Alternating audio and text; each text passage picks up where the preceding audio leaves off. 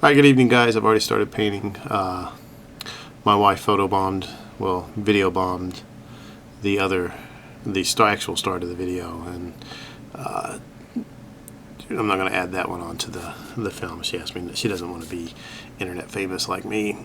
I don't think she could stand the pressure. But well, she asked just not to make it onto the video, and so I've started it over.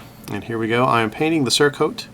Be blue and red. Nice Prussian dark blue by Model Color for the blue.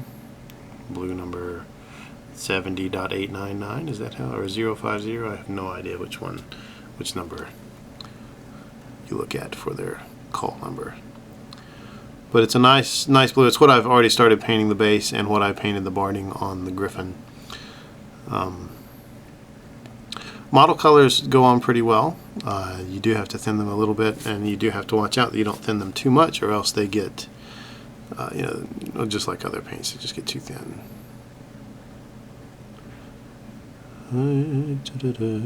My kids also got their music books back from daycare today, which they do a musical program where they learn how to sing and play musical instruments and do all sorts of stuff. Which at 2 and 4 they don't really learn a whole lot, but it's the thought that counts, and they get to practice rhythm and keys and matching notes. And but one of the songs of the story, to make a long story short, too late. One of the songs was De Colores, and now I've got that song stuck in my head. Well, greetings to the 11th day of the painting challenge. It's been an exciting day for me. I've gotten over my head cold. All it took was a couple extra naps and evidently mowing the yard. That completely fixed the head cold. Luckily it's a riding mower, and so it's not that difficult of a job, really. Just sit on my butt for 2 hours, which as a professional painter and video game player I am well conditioned to do.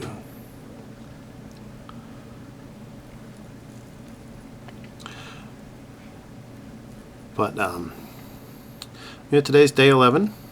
I've seen a lot of videos go up, but again, I can't watch while I'm watching the boys, because every time I pull out the video phone to start watching, it's, "Daddy, I want to watch video." And one of the videos that they really like now is a remix of Terry Crews's Old Spice commercials set to the tune of Super Mario Bros. 64's first level.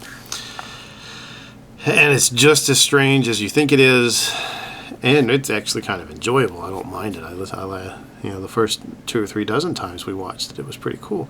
It's now that we're into like the 50th or 60th time watching, and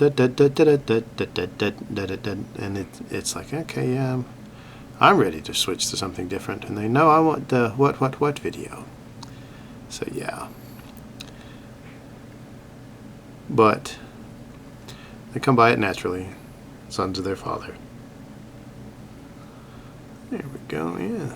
This is not looking too bad at all. But today's question is, what movie would you like to see remade or a sequel made for a movie? And first instinct is to say I would like to see The Hobbit remade, and remade well, but I've already complained about that one for a whole video, so we'll just move on, and we'll change up the thing, and now have to think of a movie I would like to see remade. There's some movies that would not be, I don't think would benefit from a remake, like say Jaws. I mean the technical ability now would make it too easy to show the shark the whole movie. And one of the things about Jaws is that, because of the prosthetic shark, for lack of a better word, wasn't really that great. He was a lot of him was underwater. A lot of it was the dun dun dun, the music and the something's pulling her under the water. Oh man, I wonder what that was. The mystery of it all. And with CGI the way it is, I mean, you really can't do those kind of mystery movies without people complaining, well, why didn't they show the monster first? Why didn't they show it earlier? Geez, well, you know, all this money on CGI and they only show the shark for 5 minutes? Oh my goodness. You know, and then you have people like me saying, well, yeah, it takes the mystery out of the movie, but, you know, whatever. Let's see. I would like, ooh, that would be good. Like, say, no, well, they did Spartacus. They did all Spartacus. They did a whole series for him. So, yeah, that one's already been done.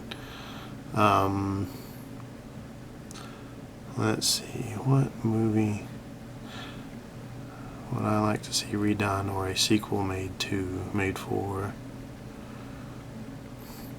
Well, part of me would like to say I'd like to see Les Miserables done as a non-musical, but nobody would go watch it.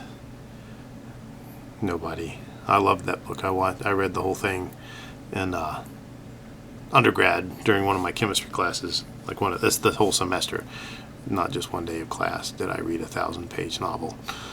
But yeah, I really liked that one. Should I make all one side blue and all one side red? Let's try that out first. I can always come back in and change it. Happy little rods and cones. It's your happy little landscape. There are no accidents during painting. Just happy little discoveries.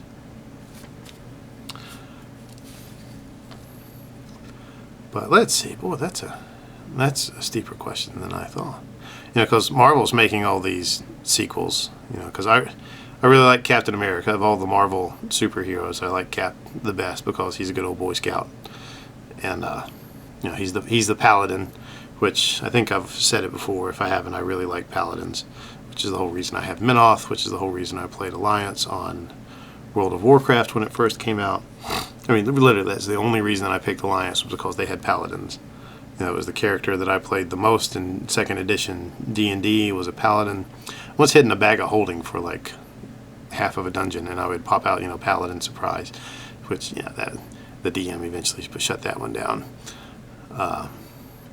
wisely, because, you know, that's ridiculous. But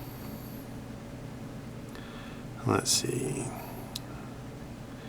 how about some 80s movies? Now you really couldn't do Big Trouble in Little China again, because that one is just, I mean, that's an iconic movie.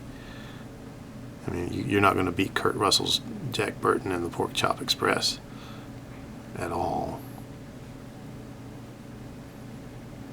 Because it's just, I mean, he was that character. Just, I mean, it was just awesome. But let's see. Oh, not Master and Commander. That was a pretty good movie. Let's go back to some 70s movies. Maybe Caddyshack. That would be, no, they wouldn't be able to do the subtle jokes in Caddyshack anymore, because you can't do word humor anymore. You have to do tits and fart jokes. You know, which have their place. They have their place. But let's see. I would like for them to redo the Lion, the Witch, and the Wardrobe movies. You know, Disney has done a couple of them, but they really missed the tenor of the books. The books weren't the Lord of the Rings, and Disney, when they made the Lion, the Witch, and the Wardrobe movie, and then the other movies after, they tried to make them into Lord of the Rings C.S. Lewis style, and that was not Lewis's goal. He was not trying to create that sort of world that Tolkien had created, just because, you know, he knew he could never match Tolkien's depth.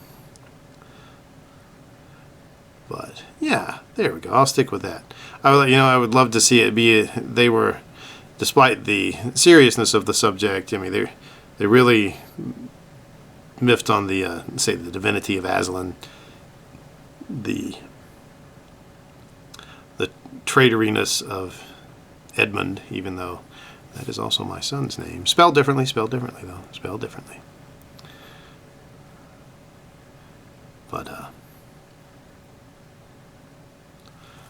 here we go. You have blue down one side and red down the other, and it'll be the opposite of the surcoat. I think I like that. You're so clever, Daniel. Give yourself a pat on the back.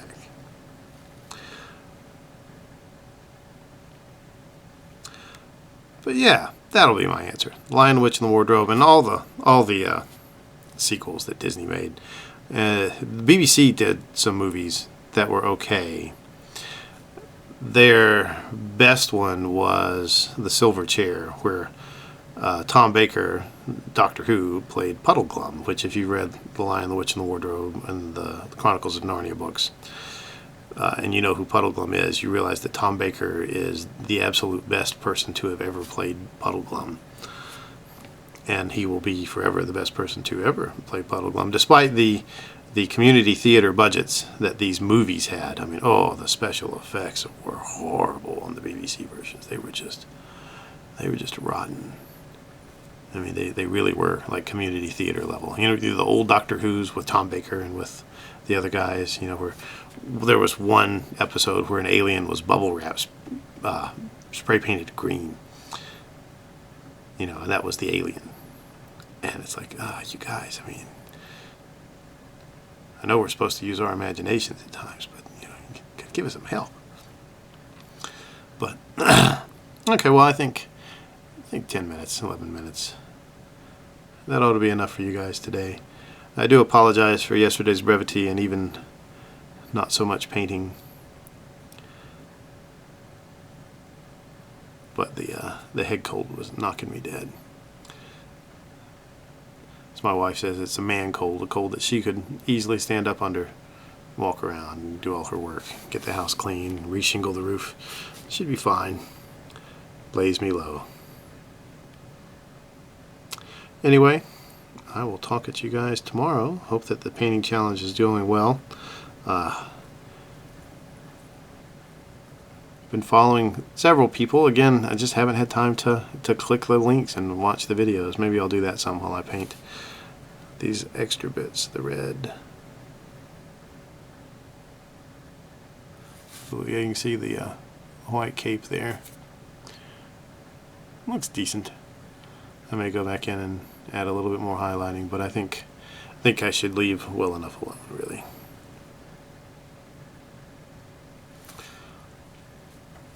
Alrighty, well, y'all have a good night, and may the paintbrush be with you.